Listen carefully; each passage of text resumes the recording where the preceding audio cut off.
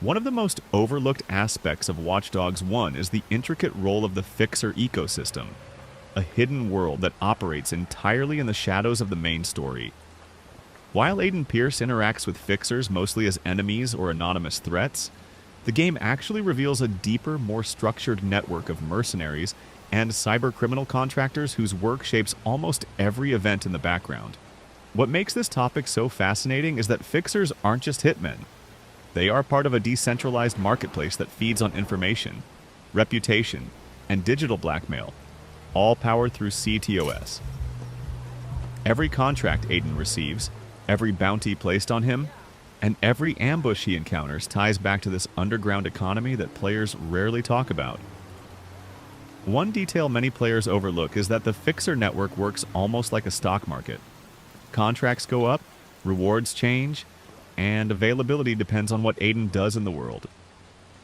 When you disrupt a criminal convoy or kill a high-ranking target, you're not just completing a mission, you're altering the digital value of crime in Chicago's underworld. This dynamic is why Fixers respond so aggressively when Aiden interferes with their work. They aren't simply trying to stop him, they're trying to maintain the stability of the network that profits from chaos and anonymity. Another interesting layer is how Fixers represent the opposite philosophy of DedSec. DedSec fights for free information, transparency, and individual power. Fixers fight for controlled information, secrecy, and high-priced access. They weaponize the same tools Aiden uses, surveillance, hacking, and digital profiling, but with none of the moral conflict. In many ways, they are what Aiden could have become if he abandoned his personal code and operated solely for profit.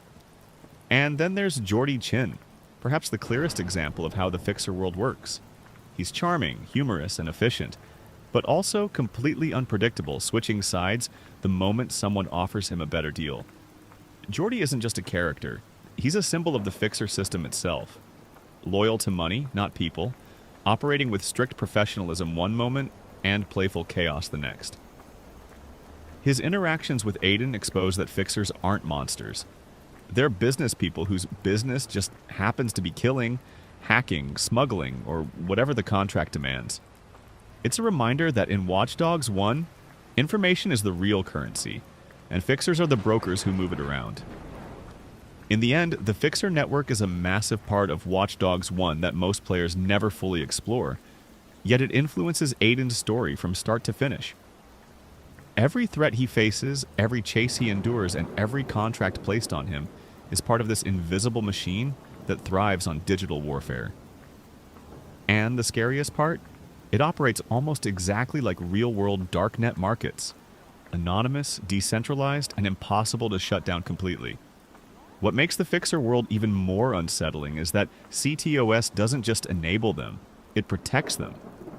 Their identities are scrubbed, their transactions encrypted, and their movements hidden in a city-wide system that was supposed to prevent crime.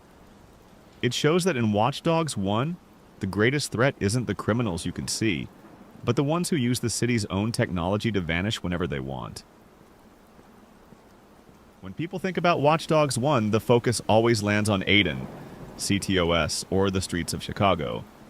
But one part of the game most players forget is the entire digital battlefield happening inside the bunker, and how that underground hideout quietly becomes the most important location in the entire Watch Dogs universe. The bunker isn't just some secret base, it's a fully functioning, independent data center with the power to rival Bloom's own infrastructure. And the moment Aiden and T-Bone get their hands on it, the balance of power in their world shifts in a way the game never directly explains. The bunker is the only place in the story that operates outside of Bloom's surveillance grid. That detail alone is massive. While every camera, router, and server in the city is tied to ctOS, the bunker runs on its own isolated network. T-Bone didn't just build a hideout, he built the one place where the rules of ctOS don't apply. That means no profiling, no automatic tracking, no real-time monitoring. Aiden basically gains a digital sovereign territory, something even Bloom can't breach without physically finding it. What makes the bunker even more fascinating is how it exposes the limits of ctOS. Bloom wants the world to believe their system is all-knowing, But the fact that a single engineer could create a completely undetectable off-grid facility proves ctOS has blind spots. Big ones. The government never knew about it. Crime syndicates never knew about it. Even the fixers had no idea a place like this existed. And when you think about how much classified or incriminating data Bloom handles, the existence of a rogue data center is a nightmare for them. It means the entire foundation of their power, total information control, was never as secure as they claimed. Inside the bunker, Aiden and T-Bone gain capabilities they otherwise never could.